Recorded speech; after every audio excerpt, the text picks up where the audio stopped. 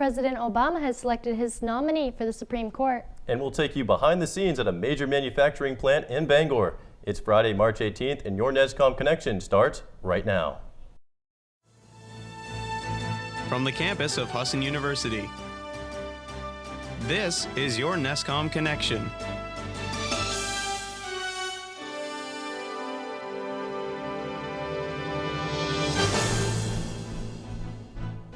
Hello everyone, I'm Brianna Bires. And I'm Nick Blazak. President Obama has carried through with his promise, selected nominee for the Supreme Court. It's a move many Republicans feel it's not his to make and have vowed to block hearings until after the election. Yasmin Vosugian has the latest from Washington. Governor LePage has crafted a bill that would provide pay increases for some law enforcement positions across the state. The proposal increases salaries by 12 to 18% in the current fiscal year. The proposal would apply to some members of the Department of Public Safety, Department of Inland Fisheries and Wildlife, and the Department of Marine Resources. The proposal comes at a time when Maine has 32 state police positions vacant and 25 members up for retirement. A documentary about journalist James Foley, who was tortured and killed in Syria, had a screening last week in New Hampshire. Foley's parents and friends were in the audience to share what's being called a powerful experience. Gene Mackin has more. Machinists and engineers play a large role in society, a role that many people are unaware of. NESCom reporter Nicole Duplessis joins us live via Skype with more on that story. Nicole? Well, multiple students from the Machine Tool program at Northern Maine Community College in Presque Isle have had the opportunity to benefit from the training and experiences that GE has to offer. Nick? Interns get job offers when they finish their internship? Well, Human Resources Manager Nathan Sheranian says that it's very common for students to be offered jobs come the end of their internship. Sheranian says whether they're offered a job or not depends upon their performance and their fit within the company.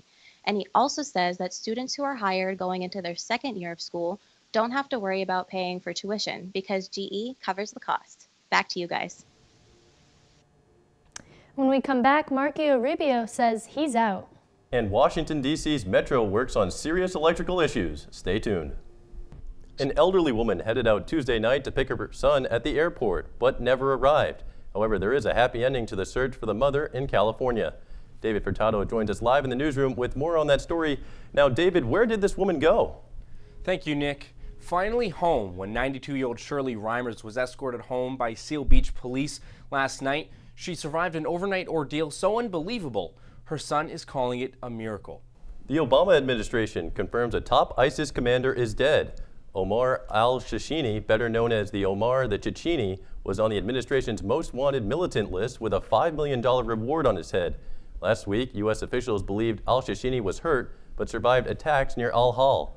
Officials now say Shashini died from his injuries along with a dozen other ISIS fighters. There is no word on how officials confirmed his death. U.S. officials say Shashini had traveled to meet with ISIS fighters when he was targeted by a wave of U.S. drones and manned aircraft.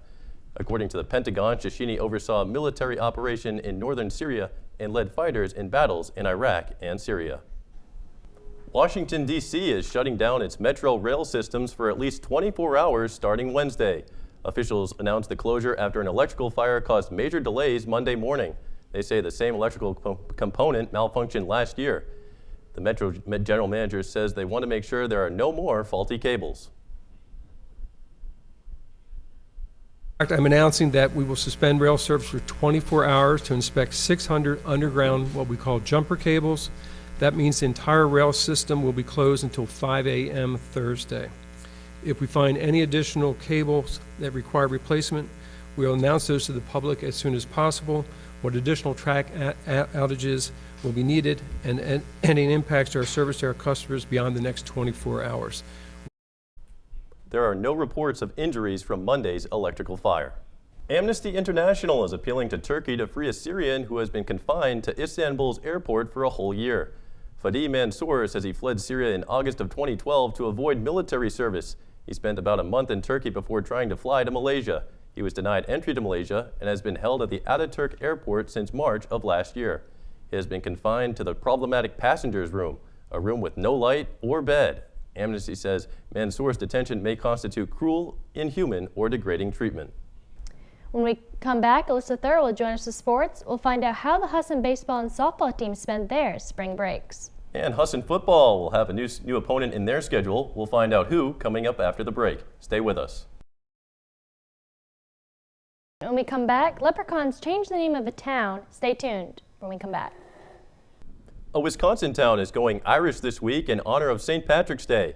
A group of New London residents who call themselves leprechauns arrived in New London Monday to change the town's name to New Dublin. The tradition that began more than 30 years ago when several people staged an impromptu parade on St. Patrick's Day. That impromptu parade has turned into the largest parade in Wisconsin.